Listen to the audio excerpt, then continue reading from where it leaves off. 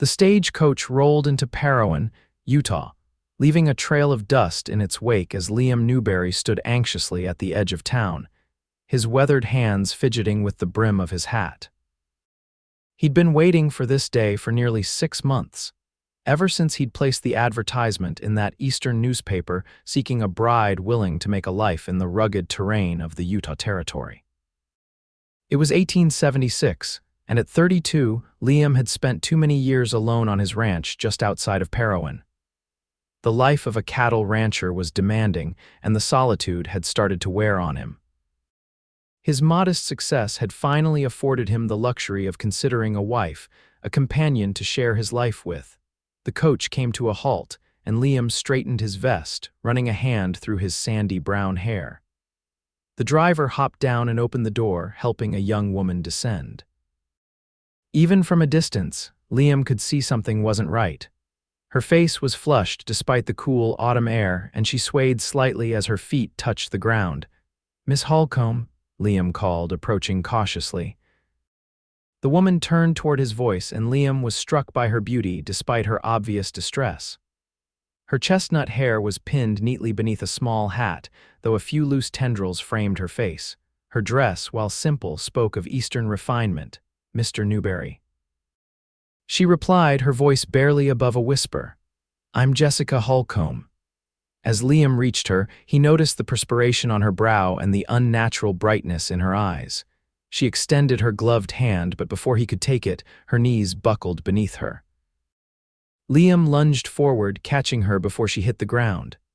"Miss Holcomb, Jessica," he called, alarmed at how hot her skin felt through the fabric of her dress.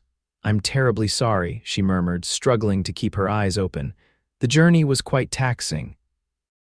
She was feeling poorly since Denver, the stagecoach driver offered, pulling Jessica's trunk from the back of the coach. "Thought she might improve with some rest, but seems she's gotten worse." Liam gathered Jessica into his arms, her body limp and burning with fever. "I need to get her to Doc Sullivan," he said urgently. "Can you bring her things to my wagon?" "Of course." The driver nodded. Liam carried Jessica down the dusty main street of Parowan, her head resting against his shoulder. This was certainly not how he'd imagined meeting his mail-order bride, but his concern for her health overshadowed any disappointment. Doc Sullivan's office was a small wooden building with a painted sign hanging above the door. Liam nudged it open with his boot, calling out as he entered, "Doc." "I need help." The white-haired physician emerged from a back room, his spectacles perched on his nose. "Liam, what's—" His eyes fell on the woman in Liam's arms. "Bring her back here, quickly." Liam followed the doctor to a small examination room and gently laid Jessica on the bed. She stirred slightly, her eyes fluttering open for a moment before closing again. "This is Jessica Holcomb," Liam explained as the doctor began checking her pulse. Well, she's come from back east to be my wife, just arrived on the stagecoach. She's burning up, doctor." Sullivan observed, placing a hand on her forehead. "How long has she been like this?" Driver said she started feeling ill around Denver. The doctor nodded grimly. "Could be influenza or perhaps typhoid. We've had cases of both in the territory recently." He glanced at Liam. "I'll need to examine her properly. You should wait outside." Liam hesitated, reluctant to leave Jessica with a man who was essentially a stranger to her, even if he was the town doctor. "I should stay. She doesn't know anyone here." "She's unconscious, Liam," the doctor said gently. "And it wouldn't be proper. I'll call you back in shortly." Reluctantly, Liam stepped into the waiting room, pacing the worn floorboards. This wasn't at all how he'd planned their first meeting. He'd imagined a polite introduction, perhaps a meal at the hotel restaurant, where they could become acquainted in a dignified manner. Instead, Jessica had arrived gravely ill, and now he was faced with the possibility of losing his bride before they'd even had a proper conversation. After what seemed like an eternity, Dr. Sullivan emerged, wiping his hands on a towel. "It's a high fever, likely influenza," he said. "She's very dehydrated from the journey. I've given her a mild sedative to help her rest, but she'll need constant care for the next few days. Can she stay here?" Liam asked. The doctor shook his head. I don't have the facilities for extended care, Liam, and with the mining accident last week, I've got 3 men I'm tending to already. Liam ran a hand through his hair, considering the situation. I can take her to my ranch. It's not what I had intended for her arrival, but I have a spare room. I can care for her there. Dr. Sullivan raised an eyebrow. You understand how that might look, an unmarried man and woman under the same roof? I understand, but I don't see an alternative. The hotel isn't equipped for nursing the sick, and I can't leave her with strangers. Liam's jaw set with determination. I'll send for Mrs. Abernathy to help. She's been keeping house for me occasionally. Between the two of us, we can provide proper care while maintaining propriety. The doctor sighed. Very well, let me give you instructions for her care and some medicine to help reduce the fever. 20 minutes later, Liam carefully placed Jessica in his wagon, wrapping her in blankets despite the warmth of the day. Her trunk and valise had already been loaded, and with a click of his tongue, he set the horses in motion, heading out of town toward his ranch. The journey took nearly an hour, and Liam couldn't help but notice how vulnerable Jessica looked, her skin pale except for the feverish spots of color on her cheeks. He'd exchanged letters with her for months, learning about her life in Philadelphia, her aspirations, her decision to come west following the death of her parents. Yet seeing her in person, even in this state, made her suddenly real in a way those letters never could. His ranch came into view as they crested a small hill, a modest but sturdy 2-story house with a wide porch, a large barn, and several outbuildings, all nestled in a valley with the mountains rising majestically in the background. It wasn't grand by Eastern standards, but Liam felt a surge of pride as he approached. This was what he had built with his own hands, the legacy he hoped to share with a wife. Upon reaching the house, Liam brought the wagon to a stop and jumped down. He gently lifted Jessica from the wagon bed and carried her inside, straight to the guest bedroom he'd prepared for her arrival. As he laid her on the bed, her eyes flickered open. "Where?" she whispered, her voice barely audible. "You're at my ranch, Miss Holcomb," Liam said softly. "You're ill with a fever. The doctor's given me medicine to help you, and I've sent for a woman from town to assist with your care." Jessica's eyes, a striking hazel that Liam hadn't properly noticed before, struggled to focus on his face. "I'm sorry, this isn't how I wanted to meet you." "Don't worry about that now," Liam assured her. "Just rest. We'll have plenty of time for proper introductions when you're well." A ghost of a smile touched her lips before her eyes closed again. Liam placed a cool cloth on her forehead just as Dr. Sullivan had instructed, then set about unpacking her trunk. He felt uncomfortable going through her belongings, but knew she would need nightclothes and personal items. As he carefully removed her dresses and linens, he came across a small bundle of letters tied with a blue ribbon, his own letters, he realized with a start. She had kept them all, just as he had kept hers. The thought that she had valued their correspondence enough to bring his letters across the country touched something deep within him. After settling Jessica as comfortably as possible, Liam went to prepare a broth from the stock he'd made the day before. The doctor had emphasized the importance of keeping her hydrated, even if it meant waking her to take small sips of liquid. It was late afternoon when Mrs. Abernathy arrived, a stout, no-nonsense widow in her 50s who occasionally helped Liam with household matters. She assessed the situation quickly, rolling up her sleeves. "You did right to send for me, Mr. Newbury," she said briskly. "A young lady needs a woman's care in such circumstances. I'll take over from here. You see to your ranch work." Liam hesitated. "I'd like to help Mrs. Abernathy. She's my responsibility." The older woman's expression softened. "And it does you credit, sir. Very well, you can help me move her when needed and bring fresh water, but I'll handle the more delicate matters." Over the next few days, Jessica's condition worsened before it improved. Her fever rose alarmingly the second night, and Liam stayed by her bedside, applying cool compresses and helping Mrs. Abernathy coax sips of water and broth between her parched lips. In her delirium, Jessica sometimes called out names Liam didn't recognize, perhaps family members or friends from her life in Philadelphia. On the third night, during a particularly bad spell, she clutched Liam's hand, her eyes wild and unfocused. "Don't leave me," she pleaded. "Everyone leaves." "I'm not going anywhere," Liam promised, squeezing her hand gently. "I'm right here, Jessica." She seemed to relax at the sound of his voice, drifting back into fitful sleep. Liam remained by her side, watching the rise and fall of her chest, praying for the fever to break. Mrs. Abernathy, dozing in a chair on the other side of the bed, opened one eye. "You care for her already," she observed softly.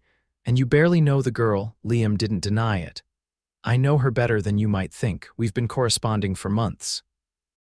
She's intelligent, courageous, and has a good heart. That's what matters." Mrs. Abernathy nodded approvingly. "Good. A marriage needs more than just convenience to survive out here." In the early hours of the fourth morning, Jessica's fever finally broke. Liam, who had fallen asleep in his chair, woke to find her watching him, her eyes clear for the first time since her arrival. "Mr. Newbury," she said weakly. Liam straightened immediately. "You're awake. How are you feeling?" "Like I've been trampled by a herd of cattle," she admitted with a small smile, "but better, I think." Her gaze traveled around the room, taking in her surroundings. "Is this your home?" "It is," Liam confirmed. "You've been ill with fever for 3 days. Mrs. Abernathy, she's sleeping in the other room now, has been helping me care for you." Jessica looked down at her hands, a flush that had nothing to do with fever coloring her cheeks. "I've caused you such trouble. This isn't how I intended our introduction to be." "No trouble at all," Liam assured her. "I'm just relieved you're recovering. You had us worried." She attempted to sit up, but Liam gently pressed her back against the pillows.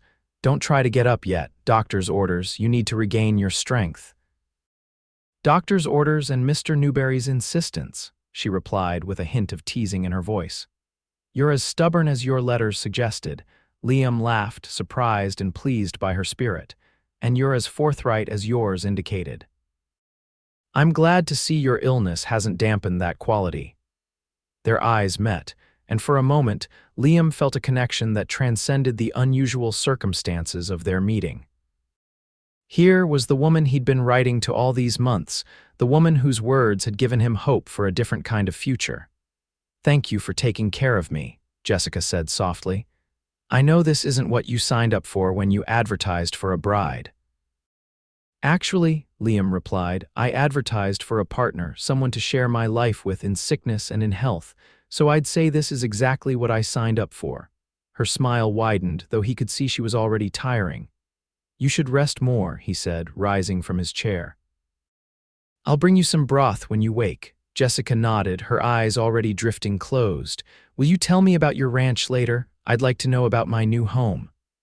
"I promise," Liam said, his heart warming at her words. "There will be plenty of time for that."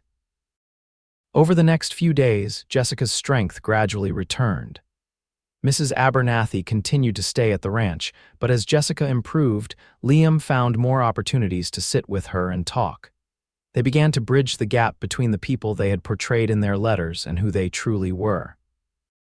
"I'm afraid the real Jessica Holcomb isn't quite as adventurous as my letters may have suggested," she confessed one evening as they sat on the porch, Jessica wrapped in a quilt despite the mild weather. "I've never actually gone fishing, though I wrote that I enjoyed it." Liam chuckled.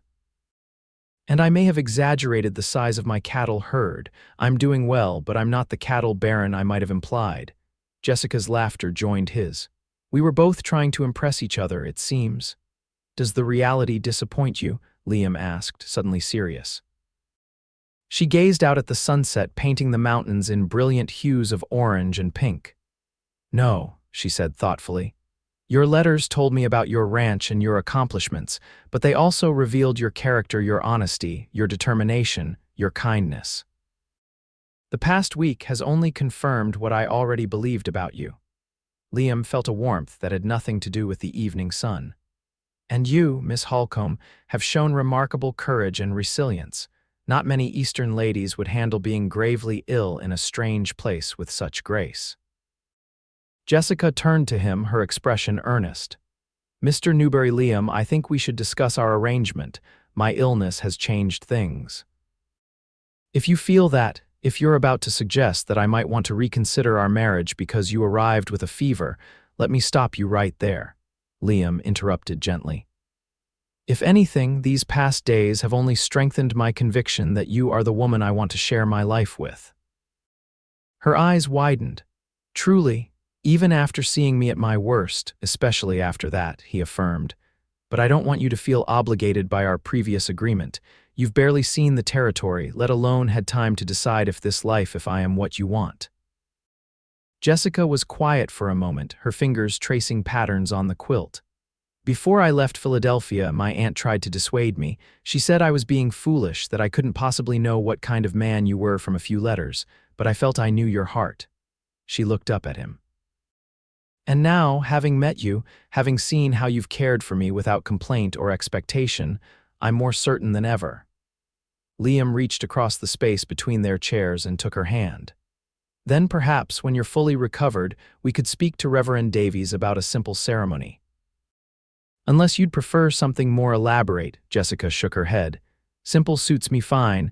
I didn't come all this way for a fancy wedding. I came for a home, a purpose." She squeezed his hand and someone to share it all with. By the following week, Jessica had recovered enough to move around the house and even venture outside for short periods.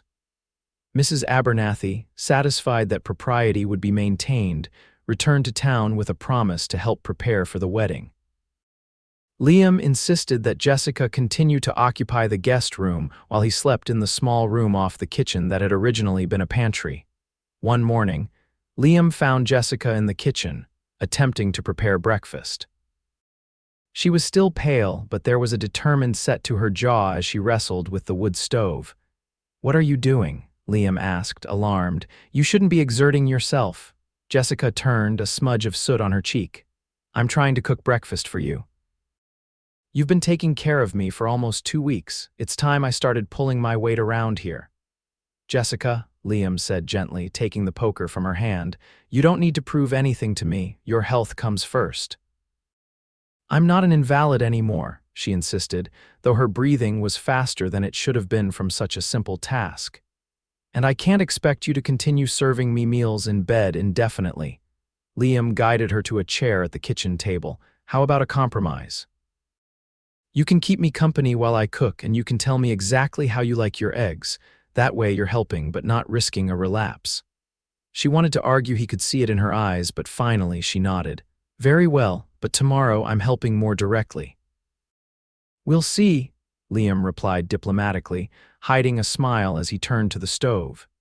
As he prepared a simple breakfast of eggs and biscuits left by Mrs. Abernathy, Jessica told him about her life in Philadelphia, filling in details that hadn't made it into her letters.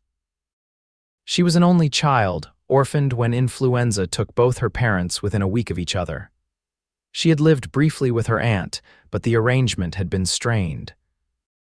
"She meant well," Jessica explained, "but she saw me as a burden, another mouth to feed when she was already struggling to provide for her own children.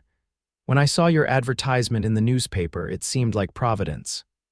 "And you weren't afraid?" Liam asked, placing a plate in front of her. "To travel so far to marry a man you'd never met?" Jessica considered the question seriously. "I was terrified," she admitted, "but sometimes fear must be faced to find happiness. My father used to say that courage isn't the absence of fear, but the triumph over it." Liam sat across from her, struck once again by her inner strength. "Your father sounds like a wise man." "He was," Jessica said softly. "I think he would have liked you." After breakfast, Liam needed to check on a section of fencing that had been damaged in a recent storm. He hesitated to leave Jessica alone so soon after her recovery, but she insisted she would be fine. "I'll rest on the porch with a book," she promised. "The fresh air will do me good, and I'll be right here when you return."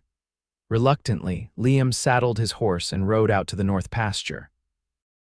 The work took longer than expected, and it was mid-afternoon before he returned, worried that Jessica might have overexerted herself in his absence. As he approached the house, he was surprised to hear the sound of humming. Jessica sat on the porch as promised, but rather than reading, she was mending one of his shirts, her needle flashing in the sunlight. "I found your mending basket," she explained when he raised an eyebrow. "I hope you don't mind, I wanted to be useful." Not at all, Liam replied, taking a seat beside her. But I didn't bring you here to be my seamstress. Jessica set the shirt aside. Why did you want a wife, Liam? Truly, the directness of her question caught him off guard, but he appreciated her forthrightness. At first, practical reasons, he admitted. A ranch needs a woman's touch, and I was tired of my own cooking. He smiled, but then his expression grew more serious. But it was more than that. I was lonely. I built this place with my own 2 hands, expanded my herd, made something I'm proud of. But at the end of the day, there was no one to share it with, no one to build a future with. He looked out over the land that stretched before them. I want children someday, a family to pass this all on to. But more than that, I want a partner, someone to stand beside me through whatever life brings. Jessica nodded slowly. That's what I want too, not just security or a home, but a true partnership. She hesitated, then added, my parents had that kind of marriage. They respected each other, worked together, loved each other deeply. I always hoped to find the same.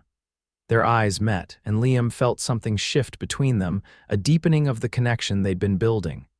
Impulsively, he reached out and brushed a strand of hair from her face. Her skin was warm, but from the sun now, not fever. I think we could have that, Jessica, he said softly. If you're willing to try. She leaned slightly into his touch. I am. The moment was interrupted by the sound of approaching hooves. Liam stood, spotting Reverend Davies riding toward the house. He had sent a message to town the day before, asking the minister to visit when convenient to discuss a wedding ceremony. Ah, I see my timing is impeccable as always, the Reverend said with a twinkle in his eye as he dismounted. He was a tall man with a kind face and salt and pepper beard. Miss Holcomb, I presume, I'm pleased to see you've recovered from your illness. Jessica rose to greet him. Thank you, Reverend. Yes, thanks to Mr. Newbury's excellent care, I'm much improved. So I see, the minister replied, glancing between them with knowing eyes. I understand you two are hoping to formalize your arrangement. Yes, sir, Liam confirmed. We were thinking perhaps next week, if that suits your schedule. Nothing elaborate, just a simple ceremony here at the ranch with a few neighbors in attendance. I would be delighted, Reverend Davies said. Though I should speak with Miss Holcomb alone for a moment, if you don't mind, Liam. Church protocol, you understand. Liam nodded, though he was curious about what the minister might ask. Of course. I'll see to your horse and give you some privacy. As he led the Reverend's horse to the water trough, Liam glanced back at the porch, where Jessica and the minister were engaged in earnest conversation. He wondered if the Reverend was ensuring that Jessica wasn't being coerced into the marriage, or perhaps offering spiritual counsel before she took her vows. When he returned, the minister was smiling broadly. Well, everything seems to be in order. I've explained our local customs to Miss Holcomb, and she's assured me that she enters into this union of her own free will and with full understanding of its significance. Was there any doubt? Liam asked, perhaps a bit more sharply than he intended. None at all, Reverend Davies replied smoothly. But you know how some might talk, given the unusual circumstances of your courtship and Miss Holcomb's arrival. I wanted to ensure there could be no question about the propriety of your marriage. Jessica reached for Liam's hand. The Reverend was only doing his duty, Liam, and I appreciated his concern. Liam squeezed her hand, his momentary irritation fading. Of course, thank you, Reverend. Shall we say next Saturday, then, around noon? The minister suggested. That will give you time to prepare and for Miss Holcomb to fully regain her strength. They agreed, and after the Reverend departed, Liam and Jessica sat together on the porch swing, watching the sun begin its descent toward the mountains.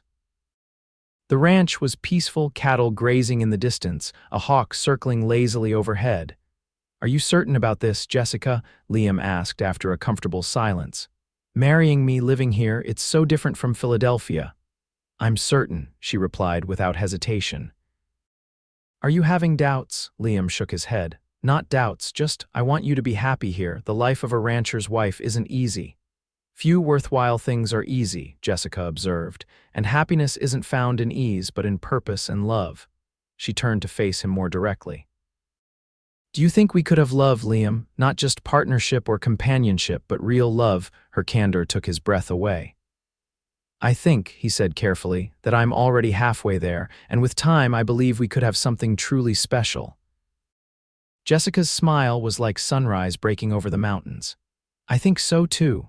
The days leading up to the wedding were filled with preparations. Word spread quickly through Parowan that Liam Newbury's mail-order bride had recovered from her illness and that they would be married at the ranch. Neighbors began arriving with gifts and offers of help, women bringing food and decorations, men assisting Liam with last-minute repairs and improvements to the house. Mrs. Abernathy took Jessica into town to alter a dress that had belonged to her daughter, who had moved to California with her husband the year before. It's not a proper wedding gown, she apologized as Jessica tried it on, but with some lace trim and a few adjustments, it will look lovely. It's perfect, Jessica assured her, admiring the simple blue dress in the mirror. It was practical yet pretty, much like the life she was choosing. The night before the wedding, Jessica sat at the small desk in her room, writing in her journal by lamplight. She had recorded her journey west, her illness, and her growing feelings for Liam. Now, on the eve of becoming his wife, she found herself reflecting on the unexpected path that had led her here. A soft knock at her door interrupted her thoughts. "Jessica, are you still awake?" Liam's voice called softly. She quickly closed her journal. "Yes, come in." Liam entered, looking somewhat nervous. He held a small wooden box in his hands. "I hope I'm not disturbing you." "Not at all," she assured him. "Is everything all right?" "Yes, I just—" He hesitated, then extended the box toward her. "I wanted to give you this before tomorrow. It was my mother's." Jessica opened the box carefully to find a simple gold band with a small pearl set into it. "Liam, it's beautiful. My father gave it to her when they were married. They came west together as young people, built a life here." He sat on the edge of the bed, his expression thoughtful. "They had a good marriage even through the hard times. I always hoped I would find the same." Jessica closed the box and held it to her heart. "Thank you for sharing this with me. I will treasure it." Liam met her gaze, and the tenderness in his eyes made her breath catch. "Jessica, I want you to know that even though our beginnings were unusual, I believe with all my heart that you were meant to come here, meant to be part of my life." Impulsively, she leaned forward and pressed a gentle kiss to his cheek.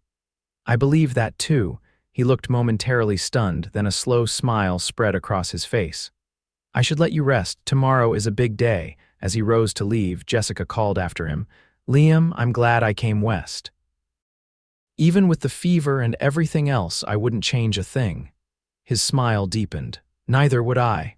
The wedding day dawned clear and bright, the autumn air crisp but pleasant.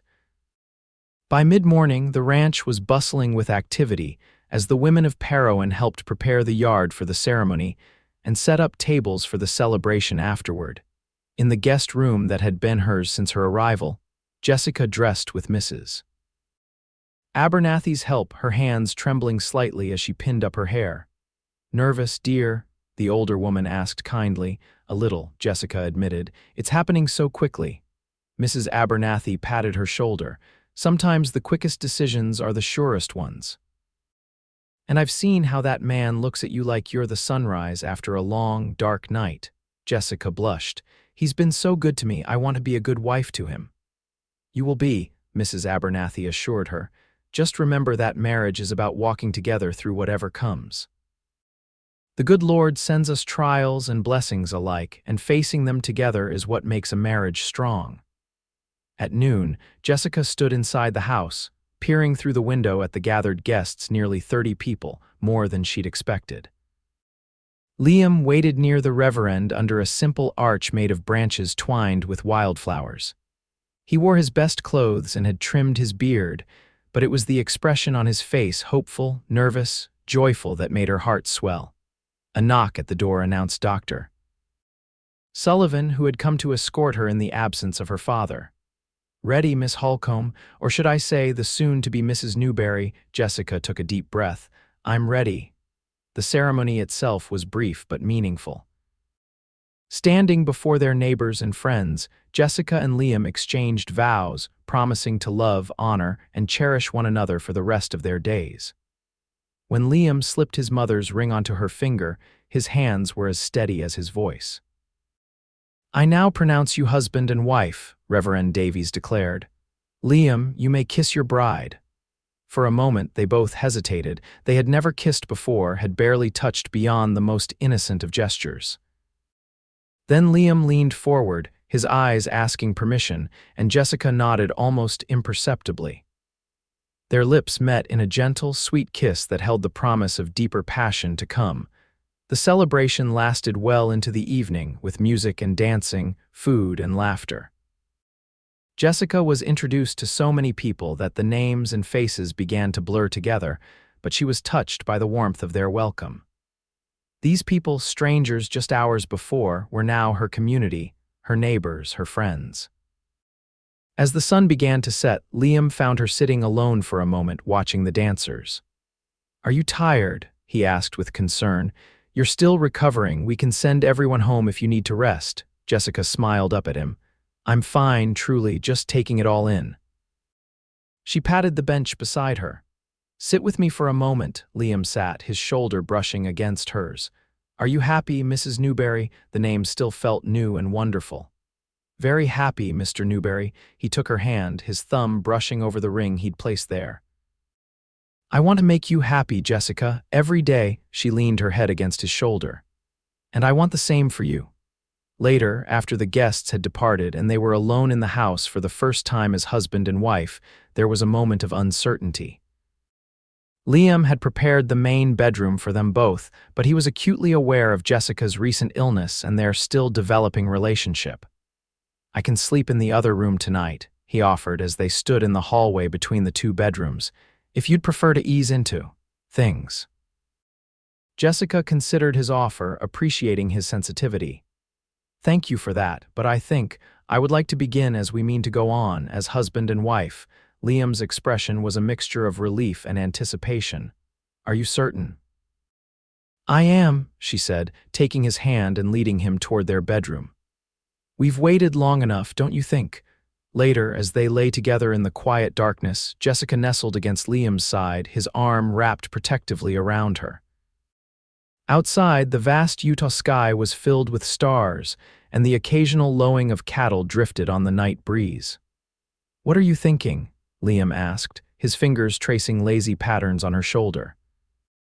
"That sometimes the most unexpected journeys lead to the most perfect destinations," she replied, raising herself up on one elbow to look at him. "When I boarded that stagecoach in Philadelphia, I never imagined arriving with a fever, or that the man who would become my husband would nurse me back to health before we'd even properly met." Liam smiled, brushing a strand of hair from her face. "And I never imagined that the woman I'd been writing to for months would steal my heart so completely in the midst of such unusual circumstances." "Do you believe in fate, Liam?" she asked. He considered the question seriously. "I believe that God puts people in our path for a reason. And I believe you were put in mine to make my life complete." Jessica lowered her head to kiss him, a kiss deeper and more passionate than the one they'd shared at their wedding. "Then I'm very glad I caught that fever," she murmured against his lips. "It brought me to exactly where I was meant to be." 5 years later, Liam stood on the porch of their expanded home, watching as Jessica chased their 3-year-old son, William, around the yard, their infant daughter, Emma, sleeping peacefully in a basket nearby.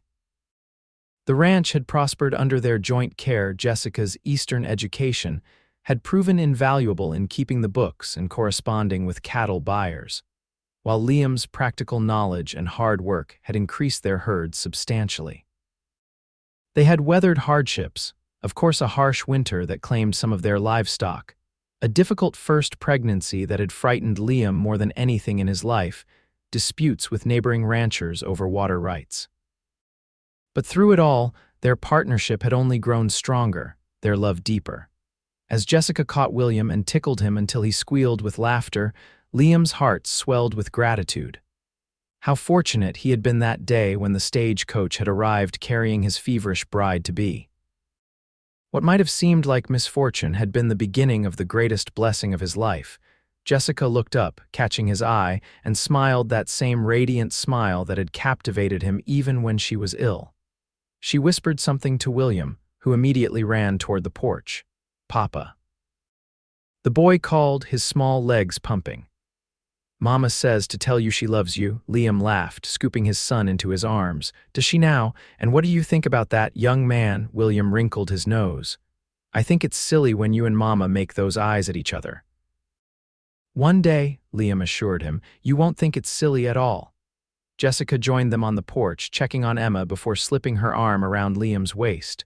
What are my favorite men discussing so seriously? The silliness of love, Liam replied with a wink. Jessica pretended to be offended. Silly, is it? Well then, perhaps I'll take back what I said. Don't you dare, Liam murmured, leaning down to kiss her lightly.